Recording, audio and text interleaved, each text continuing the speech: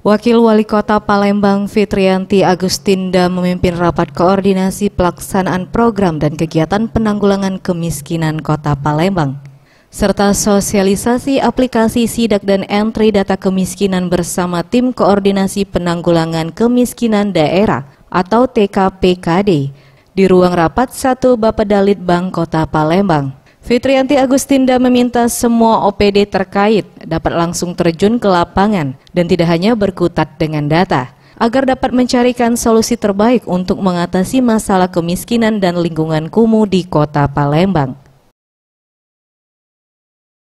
Sedikit saja bahwa tidak cukup hanya rapat koordinasi, tidak cukup hanya berbasis atau mengutak-utak masalah data, tapi kalau kita tidak terjun ke lapangan, tidak melihat sendiri apa yang terjadi di lapangan, tidak merasakan apa yang dirasakan oleh masyarakat.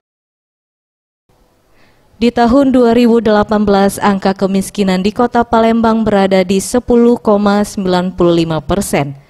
Mengalami penurunan dari tahun 2017 yang mencapai 11,4%.